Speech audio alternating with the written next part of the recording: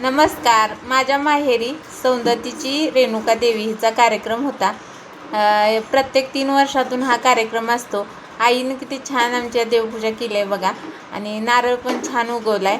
सकाळी सकाळी नाश्ता नाही बनवला, त्यामुळे 4 टोस्ट खाऊन घेतलं आणि पटपट कामाला लागलो. कामं सगळी उरकून घेतली आणि मी माझ्या सगळ्या बहिणी अशा गप्पा मारत बसलो होतो आम्ही सगळीजण. आणि माहेरी गेली का गप्पा मारणं हा एक आनंदाचा क्षण असतो बरं का.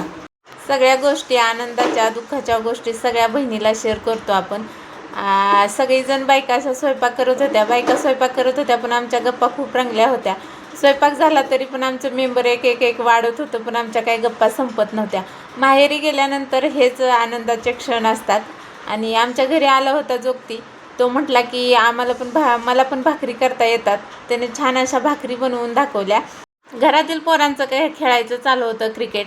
आणि उन्हाळ्याची सुट्टी, अभ्यास नसतो त्याच्यामुळं खूप मजा करतात मुलं. एवढेच दिवस असतात सुट्टीचे. परत इतर वेळी काय शाळा चालू झाली का अभ्यासच करायचा असतो. आणि त्यांचा आऊट की नाही आऊट याच्यावरनं वाद चालू होता. मग इकडं आऊट इकडं नाही त्यांचं ठरलं आणि शेवटी आणि आऊट नाही म्हणून खेळायला सुरुवात केली. 4 वाजता नंतर देवाची आरती चालू झाली. आरती झाली आणि सगळे असे घरात गच्च भरले होते. भरपूर लोक आली होती. परत मंदिरामध्ये जायचं होतं. मंदिर काय आमच्या शेतातच होतं, त्यामुळे आम्ही सगळे असं चालतच गेलो. मंदिर छोटंच आहे पण छान आहे. आमचं सौंदतीच्या रेणुका देवीचं आहे. कळसावरती बघा सरडा बसलेला होता आणि त्याला हार घालायचं होतं, त्याच्यामुळे भाऊ चढला वर माझा आणि त्याला हाकलून लावला आणि हार घातला. हार घातल्यानंतर देवाची छान पूजा झाली. परत आरतीला सुरुवात केली. आरती करायला सगळे मंदिराच्या बाजूनच उभा राहिली होती, कारण शेतात पीक होतं, आंब्याची झाडं होती, कडेने विहीर होती, त्याच्यामुळे सगळे असे कडेनेच उभा राहिले होते. आरती झाल्यानंतर मग काय जोगत्याचा कार्यक्रम चालू झाला.